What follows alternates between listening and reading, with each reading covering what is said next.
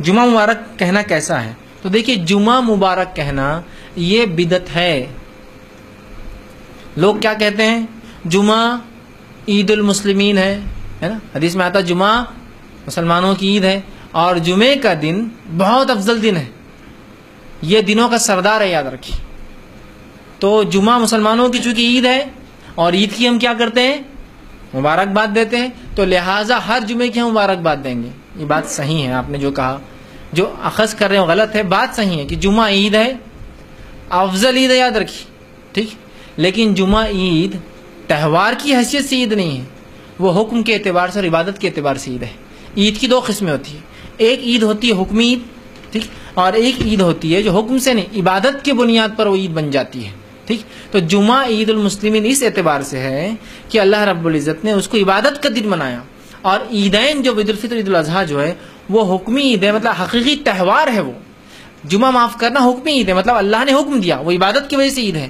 اور عیدین جو ہماری ہے وہ حقیقتاً تہوار ہے، وہ منانے کی چیز ہے، اور منانے کی جب چیز ہوتی ہے اس کی مبارکباد دی جا سکتی ہے، اور جو حکم کے اعتبار سے اس کی مبارکباد نہیں دی جائیں گی. اس لیے کہ نبی اکرم صلی اللہ علیہ وسلم نے کبھی جمعہ مبارک نہیں کہا، صحابہ نے کبھی جمعہ کی کئی فضیلتیں بیان کی، جمعہ مبارک نہیں کہا. تو آپ کہیں گے پھر عید کا کہاں کا عید مبارک؟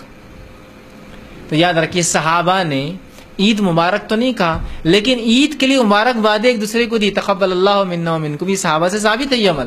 تو یہ دینا خود بخود مبارکباد دینے کی علامت ہے. لیکن کبھی جمعہ کو صحابہ ملے اور یہ کہا تقبل اللہ منا ومنکا یا منا ومنکم، یہ نہیں کہا کبھی، یاد رکھیے. تو لہٰذا عیدین پر مبارکباد دینا جائز ہے.